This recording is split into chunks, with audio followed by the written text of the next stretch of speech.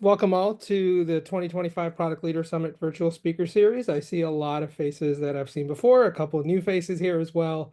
And just to give you a little primer on what we do here, the Virtual Speaker Series has really grown out of a grassroots movement to bring speakers amongst the product community, give them a voice to talk about topics with other product leaders so we can all get a chance to learn and from each other, but also build connections and networks. I know I've met a lot of folks over the last year, and this is our, I'd say, third quarter into the speaker series, and we host these a couple times a month usually. And we make sure to bring speakers that have relevant topics to both our community as well as the industry and what's happening in the market right now. And with that, I think the topic today is probably something that either a lot of you have gone through in the past few weeks or are in the moment doing. And that is going to be around annual planning. So we'll go ahead and give a quick intro into a couple of our presenters here today. One is going to be Jessica. So Jessica, I'll let you introduce yourself, and then Randhir, I see you've joined as well, and I'll let you join as well. Before we kind of kick it over to them, what I'll say is we'll have the speakers do a lightning style format for about 12 to 15 minutes each. If you've got questions, please put them in the chat. We have a team of volunteers here, so Shubha, Juhi, both here on to help alongside myself. We'll keep the questions queued up, and then we'll have a Q&A at the end where you can ask the speakers the questions. So with that said, we'll kind of get started, and then towards the end of this, I think one of the great things we found is if we can find time, is to give you guys a small group networking session to close out the series here, where you can mingle with a couple other product leaders and get to know each other better. So with that said, I'll stop sharing. Jessica, I think if you want to go ahead and kick us off. Yeah, great to see some familiar faces and new ones as well. My name is Jessica Dominizak. A little bit about me. I've been in product for a little over 14 years now. I got my start on the consumer side, and that was a lot of the early starts in my product career. I was head of consumer product at TripAdvisor. And then after that, I was really wanting to try the startup thing. Everybody gets the itch at some point on the startup thing. I got mine, and I went to a company called the Mom Project. I was the chief product officer there for 2 years. And then decided to leave that in May of last year, and then went to another startup over on the healthcare side. So my first time on the healthcare side. It's a SaaS product that helps senior living communities manage their operations. And I've been there since around, I think it was end of May of last year, and I head up their product design team. I have done annual planning at large companies and at small companies, and I feel like there's some things that are true across them and some things that are very different about them. So happy to touch upon that. And also came with a couple of the things that have really kind of like always are in my arsenal for planning, and excited to share that with you all, and also hear from some of you on what you found really worked as well. And then just personally, I live outside of Philadelphia, mom of two, and love to cook and hike. So if anyone else has those hobbies and favorite recipes, send them my way. Awesome. Randhir, do you want to go ahead and introduce yourself here? Sure. Yeah, it's also great to see and put names and faces together, even if it's on Zoom. So great to see many of you. Yeah, I'm Randhir Vieira. I'm currently Chief Product Officer at Omada Health. Also my first healthcare company. I've been at Omada for over 5 years. Worked at Headspace before this, and worked at a variety of companies as small as 20,000 people. And across all of them, one commonality is I hated annual planning. So I don't think it gets better at any size. So excited to share at least what can make it less painful and more productive. We are an all virtual company, so I think that makes it a little bit more challenging than doing this stuff in person on whiteboards or whatever. Outside of work, I live in the Bay Area in California. I love hiking. And COVID project has continued, which is baking bread every week with 4 ingredients, and still experimenting and doing lots of fun things with just those ingredients. So some overlap there with Jessica. Back to you, Nishit. Awesome. Well, thank you all. I think you guys have kind of summed up. If you haven't already figured out from the title and what the speaker spoke about, we're here to talk about how to do annual planning well. Randhir, I agree with you. It is one of my least favorite exercises to do every year. Every year I want to do it sooner and I do it later, and I am actively in annual planning still at the moment. So I am excited to learn what you guys have, and this is actually really fun for me because I haven't had a chance to learn from other product leaders about how they do it well. So hopefully I can pick it up because I want to finalize it next week for myself. So Jessica, if you want to go ahead and kick off, feel free to go do so. Yeah, so I'm going to share my screen just because I pulled, like I said, a couple of things that I found helpful. And I agree, like it kind of sucks and everybody dreads it.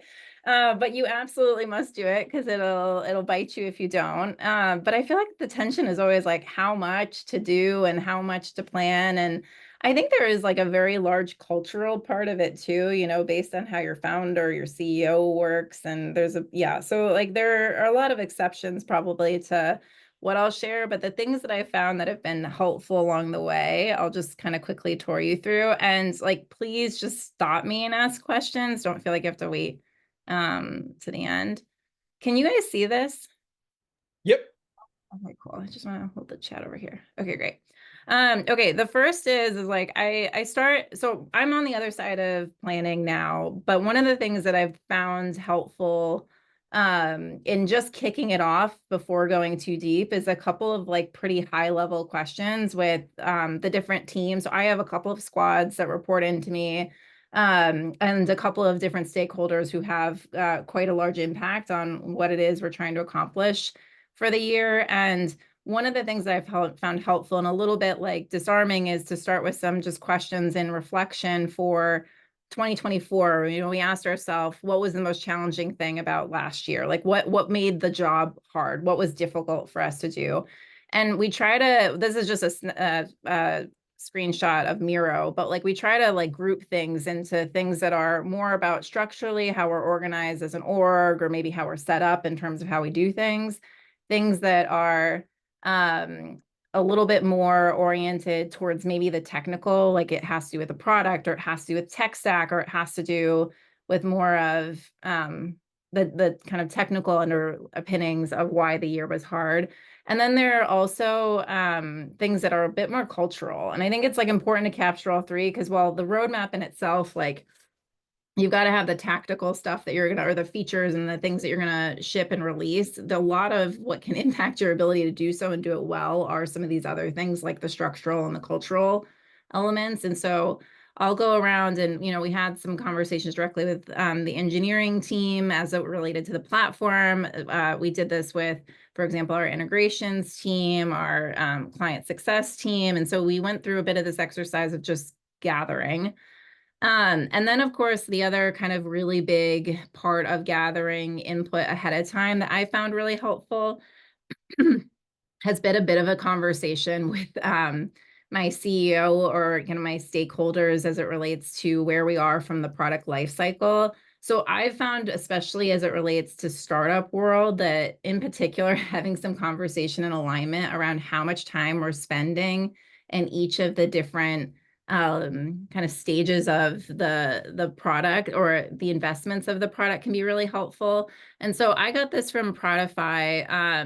Somebody on their team shared this in one of the women in product groups I was in. And I found, especially for founders in a startup, this can be really helpful to kind of align on, well, given where the product is in terms of its maturity, how much should we really be spending on innovation? How much should we be spending on iteration? And how much should we be spending on kind of the platform, the operation, the underpinnings? And when I stepped into the current company I'm at, we were very heavy on the innovation side, and we were really kind of lacking more investment on the platform side. Or in the prior company I had been spending, we hadn't been doing as much on the innovation side. And so it was a little bit of me and my leadership team before even getting into the roadmap, having some parameters around how much we should be doing investment-wise in terms of these pretty different types of products. I remember the way that she described this to me. It was like, you can't compare them the same. Like it's like apples and oranges, the innovation versus the platform versus the iteration. So I think having some of those high level conversations in the beginning can be helpful.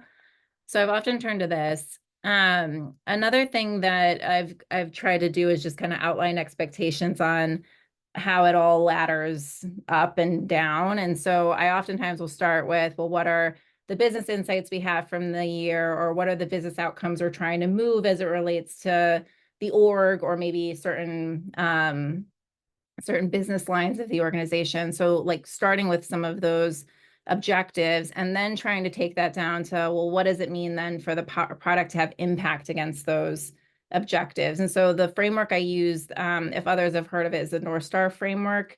It's a nice way to communicate the relationship between the business outcomes, what it is the product team is going to do, and then what's the actual roadmap that supports it. The reason why I found this in particularly helpful is because depending on your stakeholder or who you're working with, like we're all at different altitudes, right? Like the CEO or the executive team is often thinking just in terms of the business outcomes. Those oftentimes can have longer payback periods. The product team is thinking about, well, what are the core metrics that I need the product to impact in support of those business objectives? And then from there, it's actually, what are you actually developing from a roadmap perspective to support that? So just laying out that process. And I have an example from a prior company of then kind of what that looked like. And so we would define the business outcomes. We'd figure out, well, what are the core metrics from a product standpoint that we want to impact, like the North Star metrics. And then from there, we would define some of our key objectives in support of it. And so everybody kind of found their place and relationship between the roadmap, the metrics, and ultimately the business outcomes that had to drive them. And so depending on the altitude that you're at, you can kind of see the relationship with them. So I found that framework to be really helpful in communicating. And then the other one is, there's nothing wrong with a good Google sheet for a roadmap. So don't get me wrong. Like I've used that a lot in the past, but one that I've really liked, and I don't know, I'm curious if folks have found others. There's so many new tools out there to help with product efficiency and management, but I really like Airtable. It's super flexible. It's a great way to show, again, information at different altitudes. So for example, like the strategic levers are what me and the CEO talk a lot about. The roadmap are a lot of the big rocks, and then I kind of break it down to epics and stories so people have a good sense, again, of depending on your altitude, how you can see the progress of the work.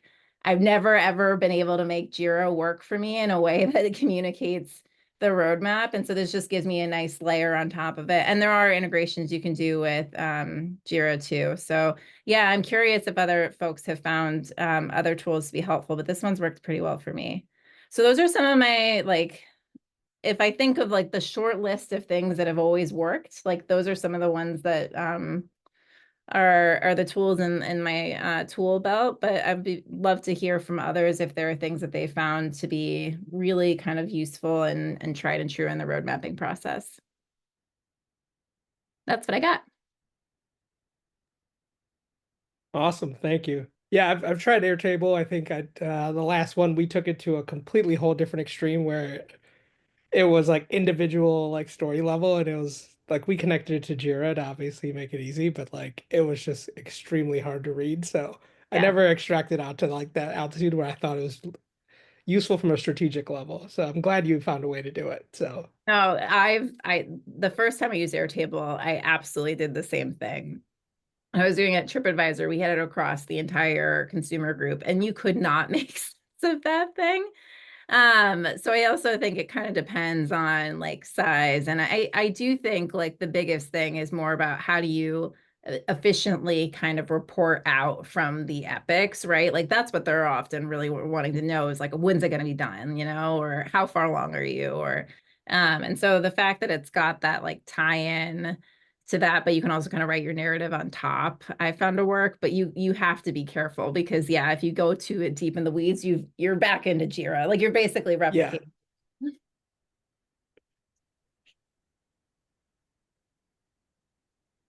No, that makes sense. It looks like some people have some recommendations in the chat for product board. I have not used that. So check that out. Yeah, that's a great one to have you're able to add all the customer insights. So it's great to be able to think, to see where things come from. So people have context of like how we ended up in this epic. Oh, okay, we talked to 20 customers. We talked, all the reasoning behind. So I love that traceability and not having people have their notes in different places. So more like a centralized place, I think helps a lot. But Yeah. have anybody used Airtable with the new AI stuff that supposedly is supposed to help a lot with all the, processing of the information? So we have it turned on. I feel like anything, there are a lot of features out there. Like I also have like Loom's AI, and it's like you add it on and you can use it, but like I haven't found it to actually be a game changer. It just like, yeah, helps you kind of fill in some words, like summarizes some things, but like I haven't, maybe I'm not doing it right, but I haven't found it to be that helpful. Awesome. All right, cool. Randhir, I think if you want to kick off, then folks, in the meantime, feel free to drop questions in. We'll keep an eye out for that here. And Jessica, as a side note, people did ask for maybe some of your presentation or Yeah, templates if you've got them. I'll put it in So the chat. awesome. Thank you. All right, so I'll share a little bit of context on what we're doing here. So this is obviously featured. I've been here 5.5 years. So a little bit of context, we are classified and operate like a hospital. And you'll see in some of my slides why that's important, because we are heavily regulated. And my legal and compliance team had to approve this deck. We are a virtual organization. And so we are not all in one building. This was all post-COVID. We have over 1 million patients who have used our service, and about 25 million people in the US are covered for Omada for free. We operate in a rapidly changing landscape, and we talk about the 2 Gs that drive our business. 1 G that I think all of you share with me is GPTs or AI. The other one that is unique to Omada are GLP-1s, which is a weight loss medication category, which is also growing very, very quickly. So those are the 2 that are driving our business, and both those, through the legal as well as technical elements, are moving very, very quickly. So it's important for us to be able to adapt. 800 employees across the US, and we're all virtual. So if you want to just type into the chat, what words come to mind when I say annual planning? And if you're anything like me, they're usually not positive or things that yeah, it's a lot of work. Exactly. It may not be a word. It might be a groan, heavy process. Yeah, nothing positive, right? And it usually, to me, it's like, it's a time suck. It's inflexible. It's unpleasant. It seems to really take the whole year. Like I feel like I just finished one cycle and it's time for the next one. So yes, ongoing discussion. So what we try to do is to we use OKRs, and of course, there are lots of different frameworks. In fact, I have another one at the end that I'll share at least a link to that are alternate OKRs, and we use the stretch model. So this is, we don't expect to hit all of them. We have a word called performance targets, which are our stretch goals, not just for sales teams, but all teams. So that's what we use everywhere. So we have the company-wide OKRs that have these stretch targets. Then we cascade that down to the departmental OKRs. And based on that, we have a high-level summary or a roadmap. This is very different from when I started, where it was much more focused on the projects and initiatives and the roadmap, et cetera. And then we worked from there. So now we are very much more of an outcomes focus all the way from the goals. And then what do we need to do to hit those goals? Now, it's not as clear-cut as that, as you will hear in a moment. So we've moved from this top-down, which is the company or the execs telling us, telling the rest of the company what we are going to do and when. And you can imagine how that company. So no surprise, but we've all been in companies or phases that have done that. We then went to the bottoms up, where we farmed for lots of different input from the company. And I think the first time I did this, we ended up with initiatives that would have cost the company like $62 million if we had to fund all of them, right? So that also is kind of ridiculous, and people put a lot of time and effort into it. So that didn't end up well as well. And now we're much more in this W style where we have, and I'll go into a little bit more of that, which is a combo of these things. What is coming top down, what's coming bottoms up, and then how do we reconcile those things and to try and do that quickly. So that W is really this wave-based planning. So I'll give you examples of what we do in each of these. So at the exec team, we set strategic OKRs where we define the company goals and direction. And so we call this a SOAP. So strategy on a page, it doesn't come in a, it starts with something that is just consumable in one page. It's not a long document. It starts with our mission that never changes, has our vision, and then it has these performance targets. So these are the stretch R part of the OKR. So it could be revenue, margin, growth rate, all those kind of things are labeled here. And obviously, as I told you, by the time my legal and compliance team got done with this asset, there's very little of the specifics left on it. But you can imagine the actual numbers being here. And then what are some of the key strategies? So these are not projects, but what are some of the key strategies that we want to make this happen? So obviously, I talked about the 2Gs. AI and GLP-1s were key elements of that strategy, but we don't get into the projects or the how. And so when I go to the next one, so then when the commercial and the build teams, so build teams are very similar to what we call the build teams. And we obviously work very closely with our clinical counterparts, but then our commercial team and our EPD teams are trying to work together to figure out to hit those company OKRs, what are the initiatives that we believe we need to take on, and what are the KRs that those initiatives will deliver or need to deliver to hit those targets. So those are in lockstep. And this sounds like a small thing, but it isn't, because earlier we had commercial going and doing its own thing. EPD was doing its own thing. Then we were trying to reconcile them, and it didn't end very well. So these two folks are constantly working, or these teams are working together and anchoring on this goal. So there's phase for that. And then, so you can imagine then we get function-specific objectives. So commercial has their own. We always have these performance targets that come from the corporate one that stay at the top of each person's functional objectives, or each, and then we have our own specific areas that we write below that. And then finally, we have our G&A teams, which is legal, compliance, finance, etc., HR, that look at these two assets that we've created and then write their own. And this was, again, a shift that we made recently, because earlier these folks were in this phase or in this wave. So we only had 2 waves. Now we have 3. And this was actually a big unlock for us, because then the G&A teams can really be in service of these goals. There are some downsides to it. Every approach has some downsides, so we can talk about that.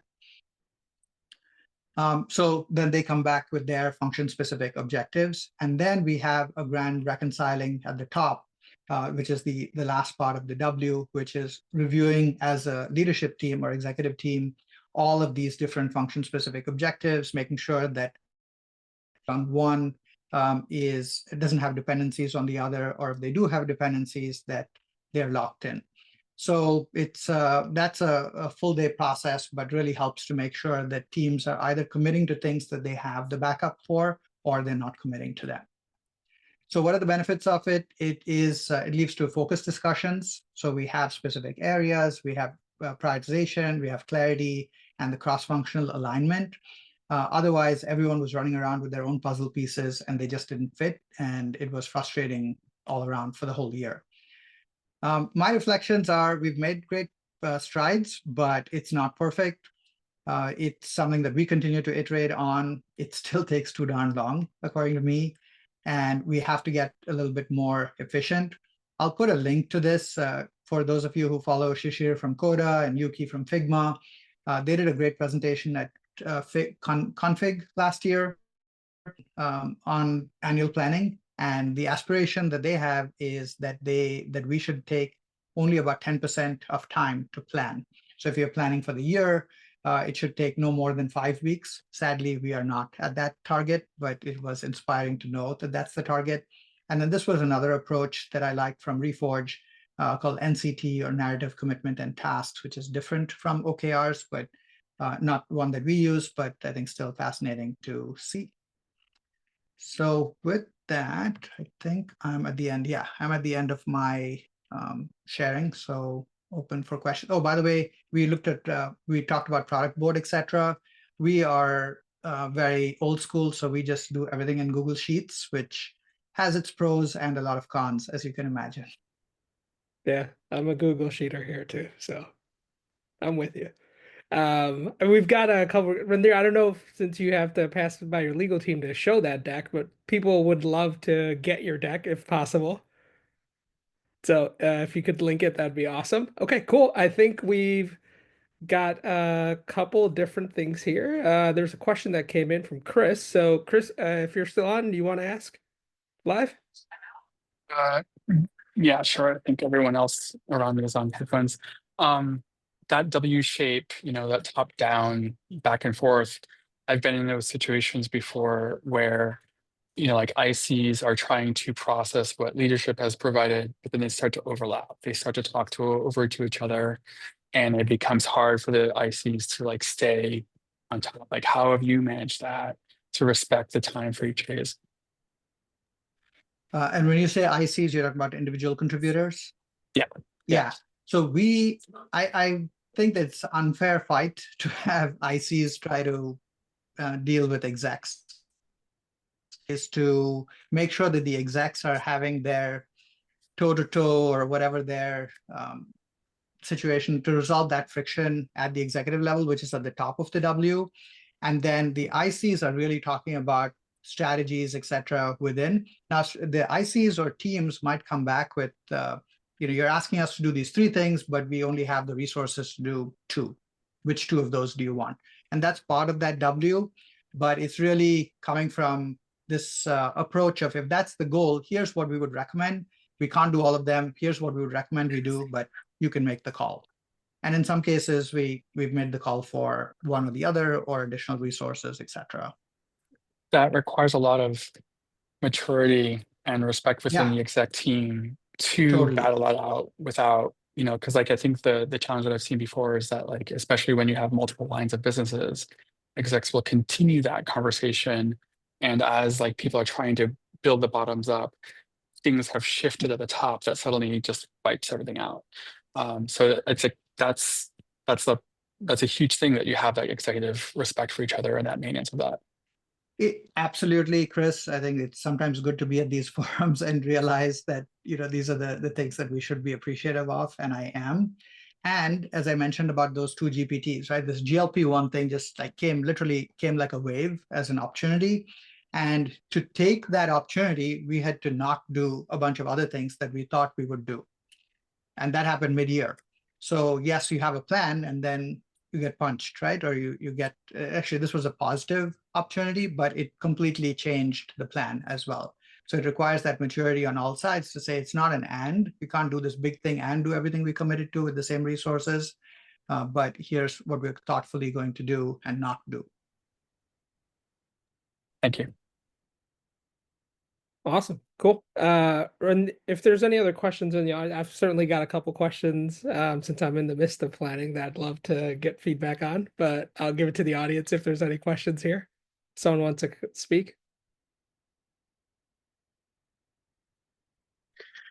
I just put in the notes that I think part of annual planning, one of the most important things is, of course, figuring out what you are doing, but being very clear on what you're not doing, I think is actually, I don't know whether I would say equally important, but very valuable and oft overlooked. Being very, very intentional and explicit about things you are not doing and or why, what are the trade-offs? Like, what do you get? Sometimes the early annual planning conversations I've had includes trade-offs with the execs to discuss, hey, we could do this, but then we can't do this, or we can do that, but then we can't do this, but we can't do both, right? Unless we have X resources, time, or money, right? It's always about trying to make choices, right? Trade-offs, and being very clear on what those trade-offs are. And if those trade-offs are presented very clearly up front, saying we can't do everything, then it's often a good conversation and saying, if we want to do both, what would it take to do both? It's usually, again, time, resources, or money to get contractors, for example.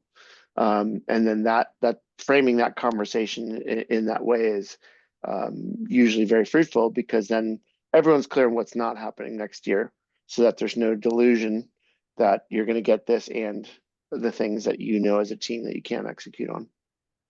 Yeah, I feel like the Yeah, last. so Oh, go ahead. yeah, I think that's and if it helps others, what we try to do this time is to put all the EPD cards on the table. And we said we have, let's say, 6 different teams and we have 4 quarters. So that's the capacity that we have. Now, obviously, we take out firefighting and things for just maintenance, etc. But here's the available capacity for new stuff. And what you're asking for, your wish list is, let's say, 100 units of capacity, and we have 40 units actual. So let's have that conversation about what we're going to do within the 40, or how do we expand the 40 to move the line. And that, I think Chris mentioned that collaboration and maturity. So that's how we try to facilitate it. Nobody walks out thrilled with any of these things, but at least there's clarity. I think just to follow up, one more thing that I think is interesting is one of the dimensions that I've found to be very frequently comes up in those conversations is, why do we only have 60% of those 100% capacity that we should have? And the answer is usually something like technical debt, right? And then you can have the discussion of, do we defer technical debt? If you take up 20% of those 20 points, 20%, and you allocate it to short term, then you're going to grow. You're going to, kick that can down the road, or you're going to grow that technical debt to the future, which is going to cost more in the future.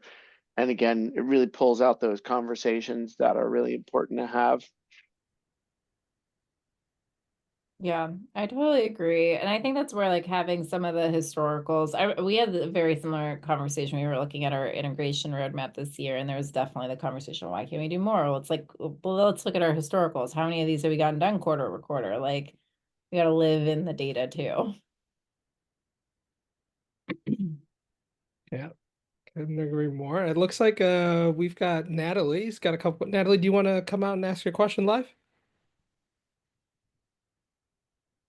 Sure. The annual planning is one thing. It is very time consuming. Then, however, after annual planning, we need to track the progress, right? So I just wonder, how do you track the progress against the annual plan throughout the entire year? Then sometimes you just finish the annual planning, then there's this reorg and there's this market situation changes, right? So then how to deal with the change after the annual planning?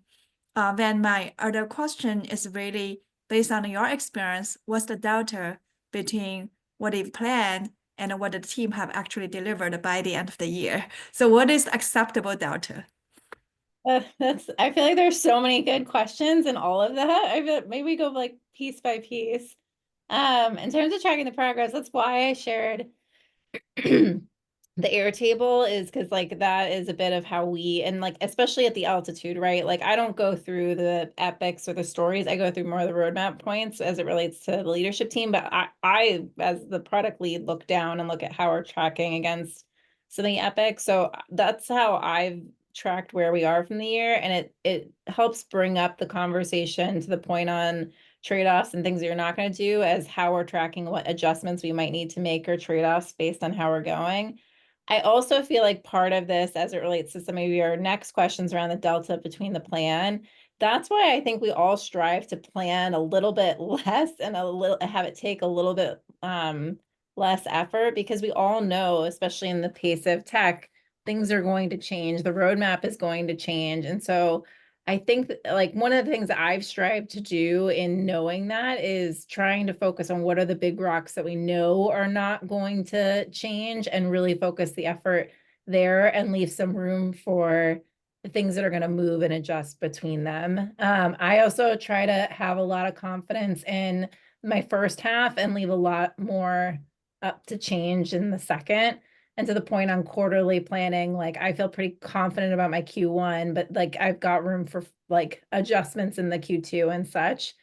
So I guess one of the things that comes to mind, I haven't had a like what can be the delta or not, because I think what matters most is, are you doing what's most impactful for the company? If things can change, that's okay. And it's important to the conversation on ICs that they know that, because one of the things that I found sometimes with folks more junior in their careers, that they get so wed to the roadmap that they're kind of forgetting, and like all the work that they put into it, they're forgetting what really matters is the business outcomes against it. And that means that things are just gonna change and become more important or less important. So I think back to Randhir, your point around like how much of our time should be dedicated to it. Part of that reality is why I keep trying to strive to not put so much hardening in the roadmap, because it's just not quite realistic that it's not going to adjust. But curious, others' thoughts.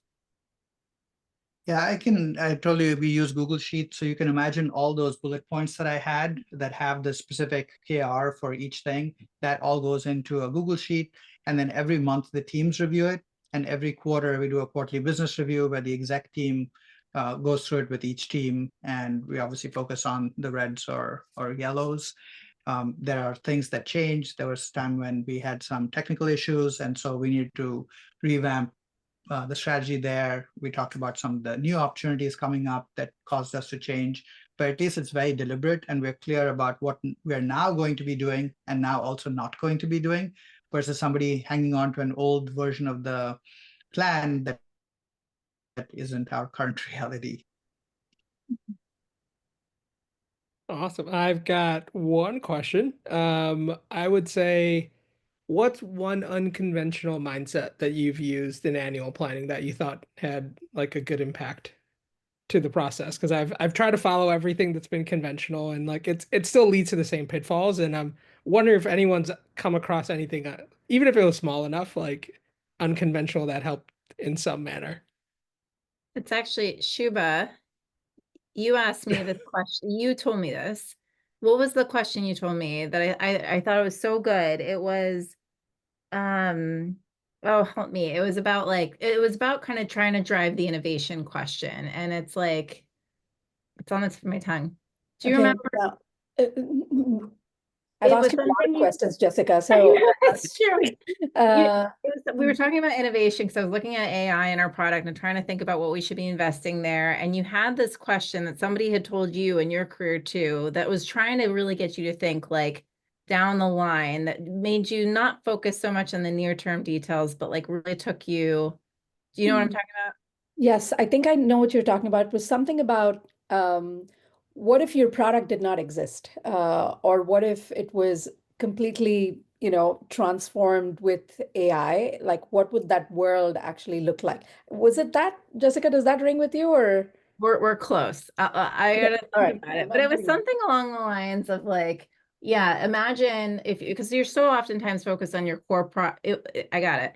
What if your core product was the free product? What would you then do? It was such a good one, because it's like we think so much oftentimes around what's right in front of us. And like if you had to take the product that you're selling today and make that the base or free version, what would the paid version look like? And I just thought that was such a good question to take you just like way outside of where you are today. Oof, thank you for saving both of us. Love that. I'm going through a similar exercise right now. Got a product that I want to turn free, and I'm trying to think of like if it's paid in some manner, like where does the value come from in a different way? So awesome. I think we've got some time. Unless someone's got a question to come out, we've got some time for some small group networking. Well, I have one more question. Yeah. I asked, do you use the P70 concept during annual planning? I don't have a link. So basically, when I was at Microsoft, I had a manager from Facebook that time. So we said, okay, if we use OKR, we do the P70. Basically, all the OKR goals we set up, we have 70% of chances to hit it. So which means we need to push hard. If we can achieve 70% of our OKR goals by the end of the year, then that's a success. So the thing is that we just wanted to make sure the goals we set up are aspirational and ambitious, right? So versus we put too much buffer in the goals. But when I heard your sharing in the sessions, you said you want to be just have some buffer. So that's why I'm asking whether you're using the P70 concept. Not explicitly, but for sure, the reality is it looks like that. Like I feel like it's always more ambitious than is possible. But I've never actually like explicitly called that out. But I think just in reality that does happen. I hadn't heard of that before. Yeah, I hadn't heard a name for it. I think that's been intrinsically part of every annual planning that I've ever done is like you're always stretching a little beyond your means. And if you're not, then like, have you actually really gone through that exercise to ask people to pull you in different directions? Awesome. All right, cool. Well, I think let me go ahead and get the breakout room started. So for the folks who have been here, the breakout room portion of this is really a chance for you to mingle with the other participants here. Jessica, Randhir, thank you so much for coming here and speaking to us about annual planning. I know you guys have shared some of the material in here, so thank you so much. A lot of people are looking for that, so awesome there. And then I can go ahead and get